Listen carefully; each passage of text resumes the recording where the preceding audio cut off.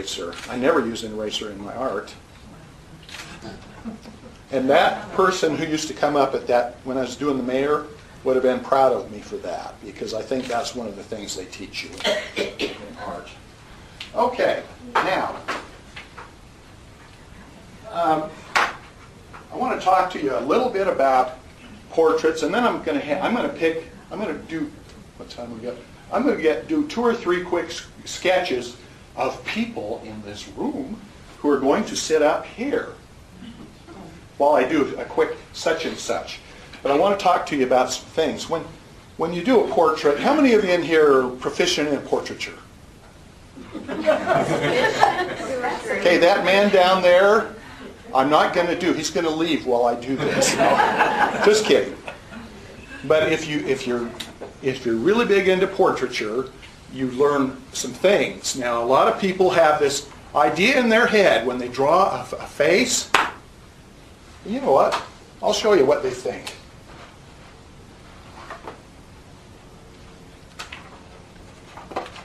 Now, I bet you enjoy doing portraits, don't you? And you agree with me, if you can do a portrait, you can do anything. Pretty much. Yeah. Now, I want you to know that most people think that when you do a portrait, and I'm talking about lots of artists, they have it in their mind that, first of all, you have a head, okay? And then you put the eyes on, and the nose, and the... Okay. Now, one little problem with that... Oh, am I in your way? I'm sorry. One little problem with that, there's not a whole lot of room for brain in there. And one thing that I like to show people when I'm teaching them portraiture is if you go like this, and you put your thumb in here and your finger at the top of your head, and then you go like this, guess what? It's the same distance. How many of you are surprised about that? No one is, because you're all smart artists. Okay? There are some other things that when you're doing a portrait, if you understand about where things are in your face, that helps you to do a portrait. Now, one of the things that helps you a lot when you're doing a portrait is lights and shadows. For example, I've got shadow over here and light over here and so forth, and it gives you that feeling of dimension.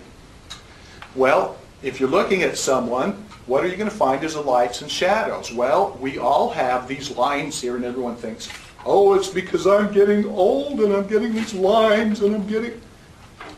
That's hogwash. The only reason people don't have that is because they're on the cover of the magazine and they've airbrushed it out.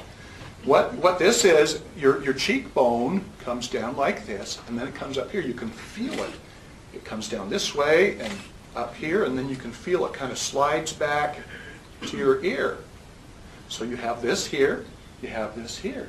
Now, another thing that people need to understand is underneath their eyes, the eyeball is kind of back in here, and you've got a bone right here. If you feel that right by your eyebrows, it's kind of sharp a little bit, and it kind of comes over and goes down. It kind of comes down and sticks out a little bit. And obviously it's made to kind of protect you. And you know, if you're outside and the light's shining down, this is in the way. So this down here is in a shadow. Which brings up another point. If you are painting a portrait, if you want to make sure it looks real amateur, make sure that you paint the whites of the eyes white. I want you to look across at anybody and see if anybody's whites of their eyes looks white to you, because they don't. Okay, so there are just little things. Another thing, underneath your nose, you know, you got the light coming down. You'll always have this little shadow here. So you'll have a shadow here and here. You'll have a shadow underneath your chin. A lot of people call this the bow tie underneath. Now, this stuff's in the way, but If you look across at someone, the bottom of the lip kind of comes here, and then the chin kind of comes this way, and then you have a little shadow here, and then you have this down here. So if you remember those little shadows, then that helps you to make the painting look good. Now, I can think of a couple of paintings over the University of Indianapolis in one of the buildings, a couple of nice portraits that someone did. They don't have any shadows in the face. It's like they just got this skin-colored paint and painted it, and painted the eyes, nose, and mouth. And it's just so weird. It doesn't work. It just looks like this flat thing. They could cut it out and hang paper doll clothes on it because it's just flat. If you look across at each other, you know, you've got the light coming in. So on the one side of my face, you might see a light. Maybe on this side of my nose, it might be a shadow. So when you're doing a drawing or a painting or something like that, one thing that really, really helps to bring it alive, and I'm hoping this isn't just old boring stuff to you. Am I doing okay? Doing fine. Thank you. Thank you very much. But what I'm saying is, you know, whenever you're doing anything, if you're doing it from life, it really helps